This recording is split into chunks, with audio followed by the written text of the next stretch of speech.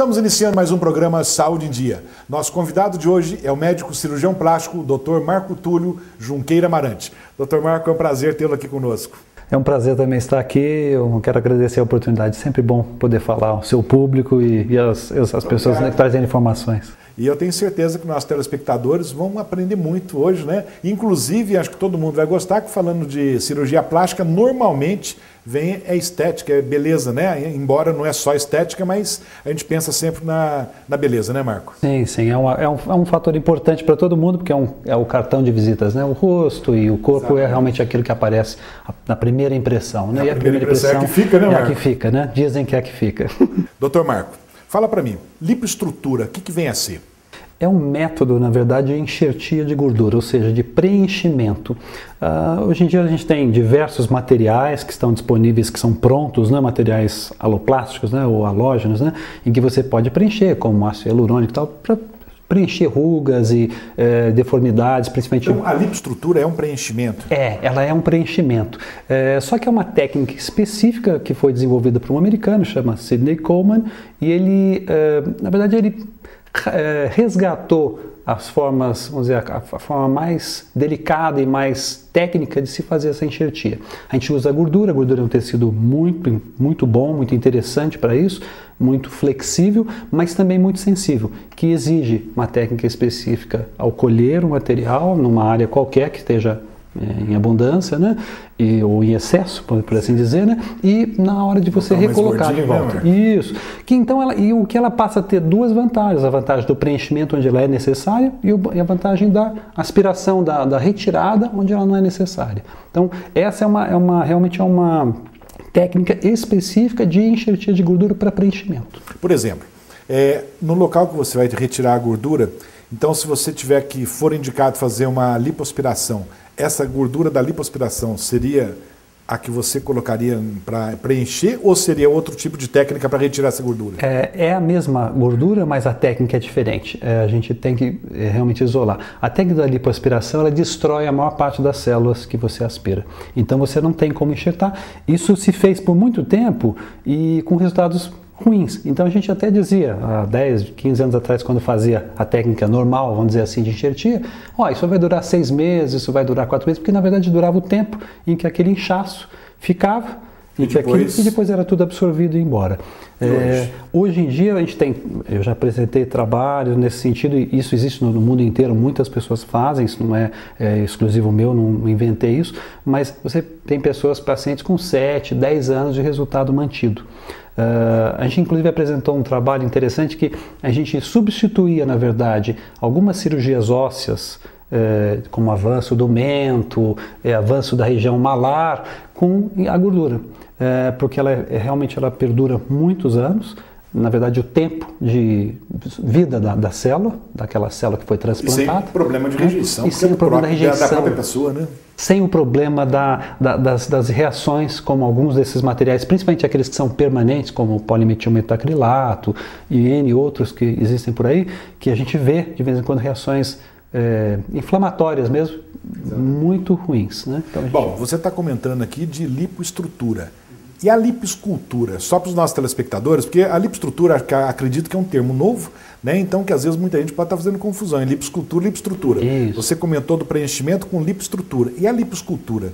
De fato é uma ótima pergunta, porque isso confunde um pouco as pessoas. A lipoescultura tem dois tipos de, vamos dizer, duas formas de ser usada. Uma é realmente a escultura, ou seja, você tirar de um lugar e colocar no outro, que tem uma semelhança, só apenas a técnica é diferente, mas uma semelhança com a lipoestrutura.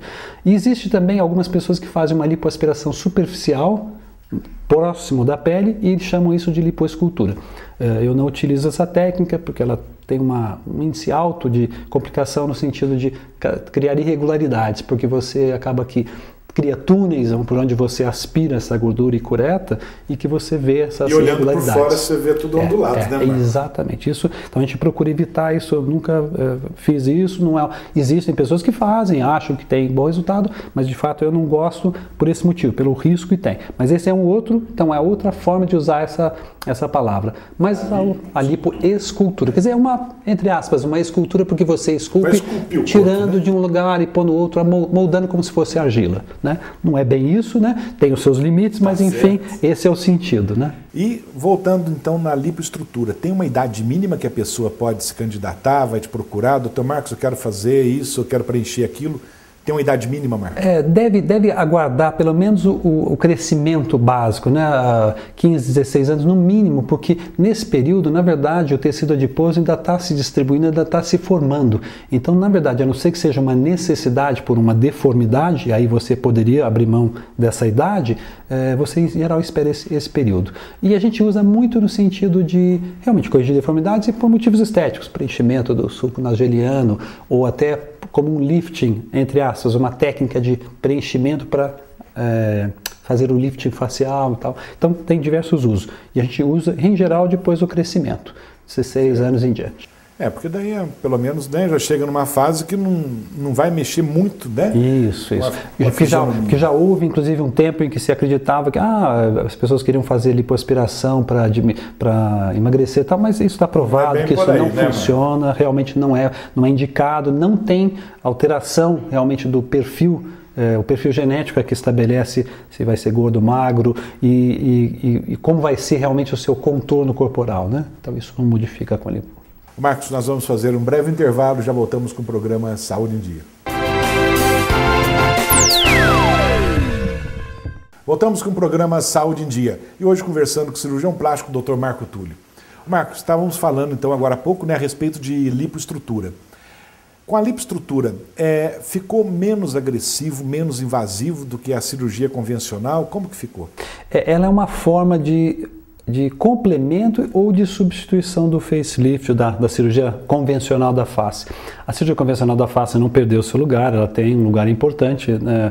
Porque quando você realmente tem o descenso mesmo, a descida muito importante dessas estruturas, você precisa fazer o lift, né? Lift é uma palavra inglesa só de subida, né? Então você precisa fazer isso mesmo. Mas para aqueles casos intermediários, hoje a gente tem pessoas com 30 anos, 30 e poucos anos procurando a gente para fazer um lifting, entre aspas, é uma ótima indicação, porque você é uma cirurgia realmente muito menos agressiva, sem nenhum corte, na verdade, no rosto, e que você só preenche. E que melhora a aparência, né, Marcos? Não, melhora muito, rejuvenesce no sentido, porque você, na verdade, tem três aspectos que ocorrem quando você tem o envelhecimento, tanto do rosto quanto do resto do corpo. É o afinamento de todos os tecidos, daí os preenchimentos seriam interessantes, a perda de elasticidade da pele e, por fim, a gravidade que age nessa pele mais fina e menos elástica. Então, a gente deve tratar todos os aspectos. Mas, no início, eu, em geral, não indico realmente o facelift, eu acabo indicando, muitas vezes, preenchimentos parciais ou até da face toda. Isso realmente é menos agressivo nesse sentido. Então, é melhor esse preenchimento do que a cirurgia? Qual dá resultado melhor, Marco? Ou depende de cada paciente? Depende de cada paciente, na verdade. Os pacientes que têm pequena alteração, cuja alteração principal é a perda de volume, que a gente fala, a perda de espessura dos tecidos, esse tem indicação específica. De preenchimento, de né? preenchimento. Quer dizer que volta, né? Sim. Porque todos têm um certo grau de perda de volume, mas algumas pessoas, principalmente aqueles que ou mantiveram o seu peso ao longo da vida ou perderam, que não é a maioria, mas é um número considerável, esses vão ter um grande resultado sem alteração da fisionomia nenhuma. Aquelas pessoas que mantiveram, ou principalmente aquelas que engordaram, essas vão provavelmente só ter indicação do facelift, porque como elas já alteraram a fisionomia pelo acúmulo de gordura na face, então ela vai provavelmente ser mais beneficiada para não ter alteração da fisionomia por um facelift. E falando nisso, o Botox ainda ele tem que ser usado depois da cirurgia? Como que ficou isso, Marcos? É importante falar sobre isso, porque às vezes as pessoas acham que não vão usar mais Botox depois de fazer um facelift. E algumas áreas ainda necessitam. Por exemplo, uma área que muitas vezes não é contemplada pela cirurgia, pelo facelift, é essa área dos pés de galinha. Então a gente muitas vezes usa o Botox, mas existe até uma outra alternativa, que em geral a gente não lança a mão da primeira vez, porque ela tem vamos dizer assim, uma alteração igual ao do Botox, mas de longo prazo. Então a gente tem que ter certeza se o paciente gosta do resultado. É chamada miectomia, é uma retirada de uma fita, e isso faz o mesmo efeito do Botox, só que a longo prazo, por alguns anos. Então se a gente não tiver certeza que o paciente gosta daquele resultado e daquela alteração que fica quase que permanente ou por muito tempo, então a gente não deve fazer. Então a gente deve, na verdade, fazer primeiro o Botox, o paciente gostou, então você pode fazer. Outra região, a região do corrugador, da região que faz a expressão de bravo, né? Essa cirurgia todo mundo tem, e algumas pessoas têm muito forte. Então você faz o facelift, você vai lá e você às vezes precisa usar o Botox. Mas também, de novo, você pode usar existe uma cirurgia específica em que você enfraquece o corrugador, pode ser feito dentro do facelift ou após a cirurgia do facelift, e que você também enfraquece a longo prazo. Ainda resta o frontal, em que hoje em dia a gente é muito menos agressivo do que era com ele. Que é a expressão das rugas aqui da testa. E essa, a gente realmente ainda lança a mão do Botox, que ainda é para a gente não ter que cortar esse músculo lateral. O Botox dura menos tempo, Marco, do que o preenchimento com gordura, ou mais ou menos? São coisas, na verdade, diferentes, mas o Botox tem uma duração limitada, ele tem uma duração de aproximadamente 6 meses, que pode variar entre 4 e 8. Então foi por isso que você falou que primeiro você prefere fazer o Botox, que se a pessoa se adaptar, gostar, aí você... Então a cirurgia que substitui esse Botox em algumas áreas, né?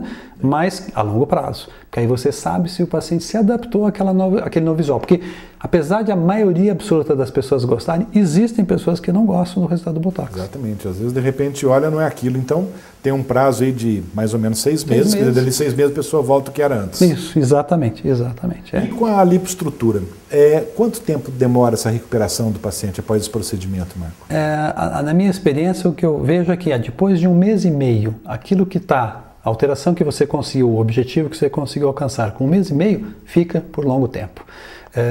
Por muito menos tempo, talvez a primeira semana, a segunda semana que você tem um pouco mais de inchaço, e depois você já está quase normal, porque como ela realmente não tem descolamentos, cortes e tal, ela tem uma recuperação mais rápida, na verdade, do que uma cirurgia convencional. Então ela tem, mas aquele resultado que você obteve há 1 mês e meio é o resultado que você vai ter. E o paciente tem que ter aquele cuidado assim imediatamente após a cirurgia e mais a longo prazo? Como que são os cuidados no pós-operatório e a longo prazo? Como é isso? Toda cirurgia exige um cuidado a longo prazo. O primeiro cuidado básico de qualquer cirurgia de face, principalmente por ser uma área tão exposta, é o sol. Não só apenas evitar o sol, mas cuidar do sol, estar sempre de protetor solar. Isso nos primeiros dias ou isso sempre? Muito intensamente nos primeiros dias, onde você pode ter algum roxo, né, alguma equimose, mas sempre, porque na verdade a gente sabe que o maior fator de envelhecimento da pele e do rosto é o sol. Então ele deve estar sempre, o paciente deve sempre estar protegido do sol, a curto, médio e longo prazo. Sempre? Sempre. Não quer dizer que ele não possa tomar sol, mas ele deve estar protegido e realmente o rosto, principalmente por ser uma área que está sempre exposta, é a área que a gente vê mais câncer de pele e mais envelhecimento. Então o correto, independente de ter feito cirurgia ou não, é sempre usar um protetor, alguma coisa para proteger do sol, não é isso, Marcos? Sim. E para algumas peles que já estão mais envelhecidas, já perderam elasticidade, a gente tem que lançar a mão de coisas mais intensas. Então a gente vai lançar a mão do ácido retinóico, dos peelings, do cuidado com as manchas. Por quê? Porque você quer fortalecer a pele e recuperar um pouco da elasticidade que foi perdida. Você não vai conseguir recuperar totalmente, mas você consegue atrasar o envelhecimento e recuperar um pouco dele. Então isso é muito positivo. O paciente, por exemplo, nesses cuidados no pós-operatório e a longo prazo, o paciente tem que estar passando algum creme, usando algum produto no rosto? A gente em geral orienta a hidratação e não do pós imediato, que aí é só proteção solar, mas eu uso muito ácido retinóico, porque comprovadamente ele faz você mesmo fabricar o seu colágeno, que é uma substância fundamental que dá espessura, que dá elasticidade, que ajuda, vamos dizer assim, na estrutura da sua pele. Mas o paciente usa isso em casa ou tem que... Usa em casa. Ele usa isso em casa. A gente eventualmente lança a mão de fazer os peelings no consultório, ou às vezes até peelings mais profundos que a gente faz sob sedação no hospital. Mas a gente faz questão que o paciente use isso em casa também.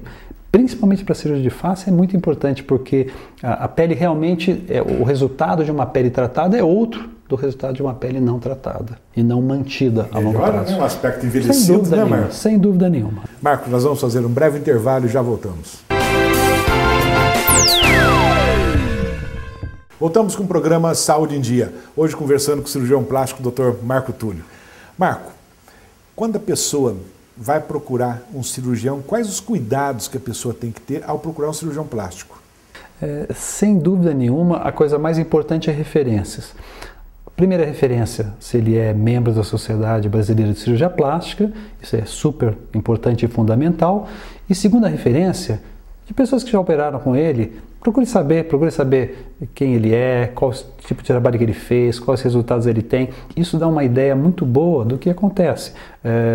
Ninguém agrada a todos, mas se a maioria está desagradada, alguma coisa tem de errado, né? Então eu acho que esses dois são dois fatores fundamentais. Os seus colegas, os médicos, sabem em geral... de amigo, família que teve, né? Isso. Os seus colegas sabem, olha, eu já vi muitos casos que ele operou, ele é bom, ele é um médico ético, ele é uma pessoa boa. Então, essas referências de amigos, de referências da própria Sociedade, né, Brasileira de Cirurgia Plástica e dos colegas, dos médicos, é muito bom. Acho que né? São fundamentais. Sim. Porque eu acho que é uma cirurgia super delicada, né, Marco? E eu acredito o seguinte, qualquer lugar do corpo que vai se submeter à cirurgia tem que ter todos os cuidados. Mas vamos pensar rosto. O rosto é uma coisa estética, aparece. Então a pessoa, né, tipo assim, se você faz uma cirurgia e não ficou aquilo que você pensava que poderia ficar, ou o cirurgião não é tão apto para fazê-la, então a decepção vai ser muito grande. Sim, é uma área muito aparente. Então qualquer deformidade, qualquer defeitozinho, qualquer cálculo errado realmente traz um problema que vai ficar sempre aparente, ou aparente por muito tempo. E as cirurgias no rosto, as cicatrizes ficam onde, Marco? No lifting facial, a gente usava muito o corte coronal chamado em todo o rosto. Hoje em dia a gente usa cortes menores, pequenos, não em todo. Aqui a gente em geral usa a partir da costeleta e atrás da orelha, na frente aqui, né, nessa estrutura que chama tragos, né, da dobra da orelha e atrás da orelha. Então eles ficam bastante escondidos. Né? Que aliás é um dos propósitos, né, é conseguir fazer o que a gente precisa fazer, mas escondendo os sinais de que a gente esteve lá. Pelo menos tentar esconder o máximo que puder. No caso da lipoestrutura não há cortes, porque realmente são injeções, e como as injeções são com agulhas, vamos dizer, relativamente finas, então na verdade não há cicatriz nesse sentido. E pensando em cirurgia, a pessoa pode repetir a cirurgia? Pode ser feito novamente? Sim, ela pode. Há sempre um limite. Porque vai chegar uma hora que vai, de repente, voltar, vai começar a envelhecer mais, né, Marco? Sim. Tanto a lipoestrutura quanto a cirurgia de face pode ser repetida sim.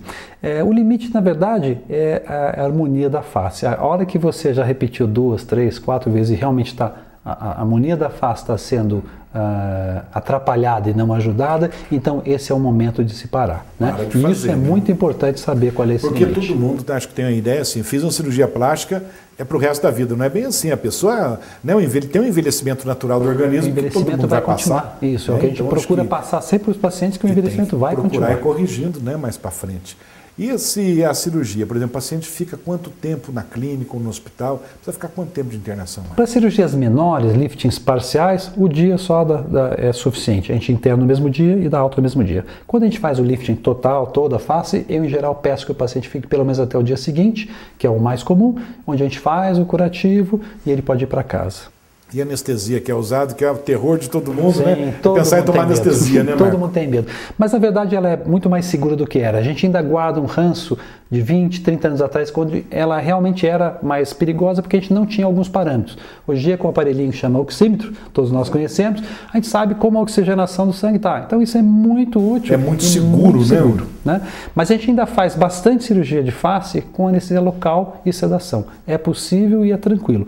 Claro que isso vai muito do perfil do paciente. Então a gente tem que conversar, né? Avaliar o paciente se ele é capaz de ficar algumas horas lá para ser feita essa cirurgia, quieto e tranquilo. Se ele for, depende de cada um mesmo.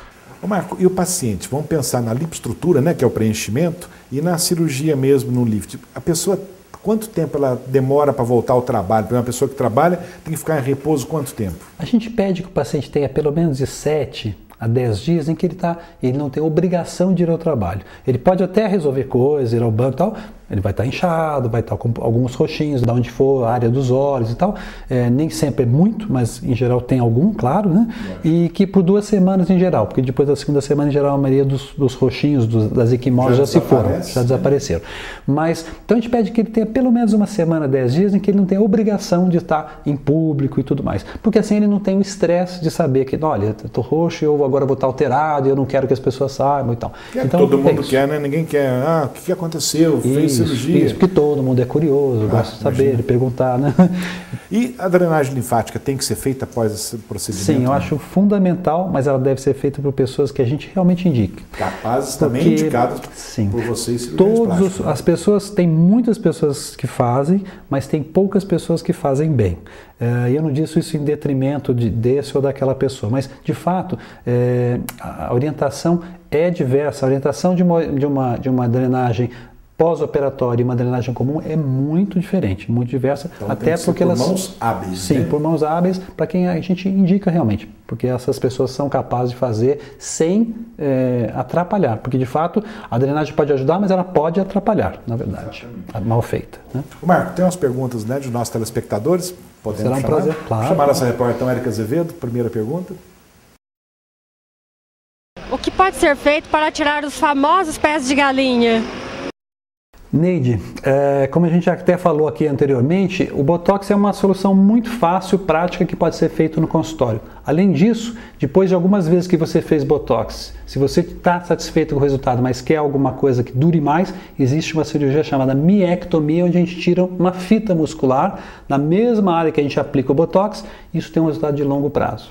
Espero que eu tenha respondido a sua pergunta. Próxima. A partir de que idade pode fazer a cirurgia de orelha de abano? Ramires, a orelha de abano pode ser feita a partir de 5 até 4 anos. Em geral é 5 anos. A gente procura fazer na fase em que as crianças ainda não foram apelidadas, ainda não passaram pelo estresse de ter uma orelha de abano e serem chamadas, ainda não foram, realmente, ainda não há preconceito. Se isso não for possível, a gente já faz também nos adultos. Próxima pergunta. A rinoplastia é feita a partir de que idade? A rinoplastia deve ser feita depois do crescimento facial, que termina em torno de 17 a 18 anos, dependendo de mulher ou homem, para que não atrapalhe ainda o crescimento, porque o nariz é um dos setores de crescimento da face, na verdade.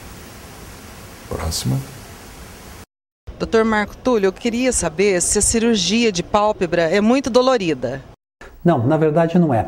Só incomoda que está inchado, mas em geral não há dor nenhuma. Se houver dor forte, em geral há algum problema e você deve procurar quem a operou. Próximo. Dr. Marco Túlio, existe algum risco para os olhos na cirurgia de pálpebras? Sim, Getúlio. Na verdade, existe, apesar de ser muito raro, mas é um cuidado que sempre deve se tomar. Quando a gente mexe nas bolsas, nas famosas bolsas de gordura, se você deixar sangrando lá dentro, ela faz uma compressão, um aperto do nervo óptico e você pode até ser levado à cegueira. Isso é muito raro e é um descuido, na verdade. Então você, quando mexe nessas bolsas, deve ser muito cuidadoso. É só isso. Próxima. Doutor, como é o pós-operatório da redução do maxilar? Bom, por hoje é só. Um abraço e até a próxima semana, doutor Luciano. Se Deus quiser, Érica. Janaína, isso não é dolorido, só que incha bastante, porque é uma cirurgia que mexe dentro da sua boca, corta dentro da sua boca e que realmente corta o osso. Mas não é dolorido. Em torno de 2, 3 semanas você vai ter quase que desinchado totalmente, e aí é só a questão, então, sobra a questão ortodôntica, né, dos acertos menores, dos acertos mais finos, que são feitos com os dentes, né, porque isso em geral é feito para melhorar a sua oclusão. Marco, depois dessas explicações suas, só vai ficar feio ou então mais envelhecido quem quer, né? A gente espera que sim. Está disponível para, né? A gente está disponível para isso mesmo. Deixa uma mensagem então para os nossos telespectadores. Chegamos, né, infelizmente, no finalzinho do programa. Claro, claro. Bom, em primeiro lugar, agradecer a oportunidade de poder informar, porque eu acho que as pessoas precisam, quanto mais informação, melhor. Eu falo para o paciente que o paciente que tem informação, ele fica satisfeito e ele tem menos complicações. Então, não é um bicho de 7 cabeças, né, Marco? Hoje é uma cirurgia muito mais simples do que parece, na verdade. A maioria dos meus pacientes fala, se eu soubesse que era tão simples, eu tinha feito antes. Eu tinha feito antes, né? Então, essa é realmente a minha mensagem. Procure se informar com pessoas idôneas, com profissionais bem indicados, que você vai ter sucesso e vai ser feliz naquilo que está procurando. Marco, muito obrigado pela tua presença. Eu que agradeço. Chegamos então ao final de mais um programa Saúde em Dia. Fiquem com Deus e até a próxima semana.